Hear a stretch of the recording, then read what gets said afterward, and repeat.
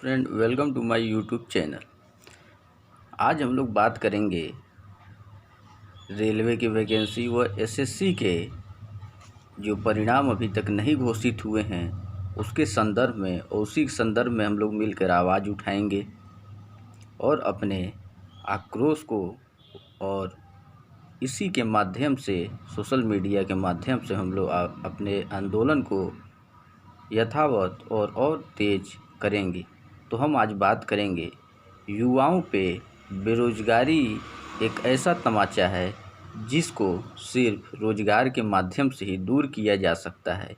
इस बात को सभी भली भांति स्पष्ट समझते हैं। यदि उदाहरण स्वरूप यदि हम देखें तो एसएससी सीजीएल का रिजल्ट आज तक घोषित नहीं हुआ। आप बीपीएससी में ले लीजिए, रेलवे, एनटीपीसी या ग्रुप डी की एग्ज़ाम आज सालों से लटकी हुई हैं। यहाँ तक कि हमने ये भी पढ़ा है कि एलपी में जिनका डॉक्यूमेंट वेरिफिकेशन हो गया, कईयों को उनमें से आज तक अभी तक नियुक्ति तक नहीं मिली।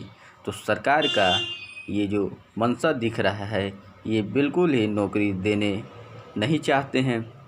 इस संबंध में हम लोग कड़ा अपना आवाज़ उठाएंगे और हम इनको संदेश पहुंचाएंगे कि सिर्फ युवाओं का नारा लगाने से ही देश का विकास नहीं होगा। युवाओं के हाथ में रोजगार की तेज तलवार देनी होगी, तभी इसके माध्यम से इस बेरोजगारी नामक दुश्मन को हम समाप्त कर सकते हैं। और हम इसके संबंध में आप लोग भी जो सुझाव हो उसको भेजें और इसको हम और तेज़ करेंगे। और सरकार को भी ये समझ लेना चाहिए कि अब खून पे ही नौकरी होगी या तो युवाओं के खून से ही अब होली होगी। अब वो समय आ गया है, क्योंकि समय सीमा भी अपनी समय सीमा को पूर्णतः पार कर गया है। आखिर में बेरोजगार युवा कब तक किसी परीक्षा और रिजल्ट का इंतज़ार करेंगे।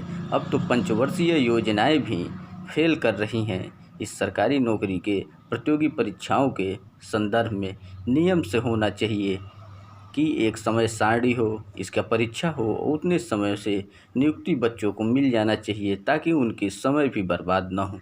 लेकिन सरकार में यदि देखा जाए तो उनके खुद के चुनाव, लोकसभा के हों या विधानसभा के, वो बिल्कुल अपने ठीक टाइम पे कर लेते हैं।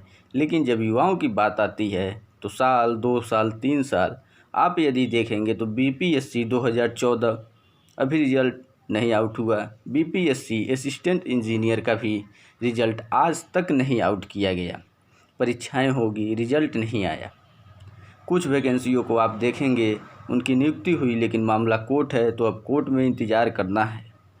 इस प्रकार की समस्याओं से बेरोजगार युवा जूझ रहे हैं। और बेरोजगारी का दंश एक ये दंश है जिस प्रकार कि बिच्छू बार बार डंक मारे और उसके जहर को सहन करने के समान है। तो आखिर इस डंक की जहर को कब तक बेरोजगार युवा सहन करेगा, उसकी भी समय सीमा होती है। लेकिन सरकार को यदि देखा जाए तो नीट और जेईई की एग्ज़ाम के संबंध में किसी भी प्रकार का कोरोना का इनको कोई डर या भय नहीं है। छात्रों के जीवन के साथ खिलवाड़ कर रहे हैं। लेकिन यदि यही हम यूपी में देखें तो बीएड एंट्रेंस, बीईओ, तमाम धज्जियाँ उड़ाई गई सोशल डिस्टेंसिंग की, तो वहाँ कोरोना की कोई बात नहीं होती है। लेकिन और सभी जो प्रतियोगी परीक्षाओं के रिजल्ट होते हैं या उनको कराने की बात होती है, कहते हैं कि कोरोना है इसलिए लेट हो रहा है। तो क्या सिर्फ कोरोना इसी एग्ज़ामों के लिए है और एग्ज़ामों के लिए कोरोना नहीं है? तो हम अपने आवाज़ को बिल्कुल बुलंद रखेंगे और आने वाले समय में ऐसी ही क्रांति आएगी कि ऊपर बैठे लोगों की कुर्सियां हिल जाएंगी। इतिहास गवाह है इस बात का। इसीलिए हमें अपना आंदोलन बिल्कुल ही अब क्रांतिकारी रूप लेना होगा, तभी ये हमारी सरकार बात सुनेगी। अन्यथा ये सिर्फ अपनी राजनीति, जात पात और धर्म भेदभाव पे हमें एक दूसरे से लड़ाते रहेंगे और कभी भी हमारी बातों को नहीं सुनेंगे। इसी के साथ यहीं पे हम अपनी बात को समाप्त करते हैं और आप सभी भी अपना सुझाव दें और यथासंभव प्रत्येक दिन अब इस मुद्दे पे वीडियो आते रहेगा। जय हिंद।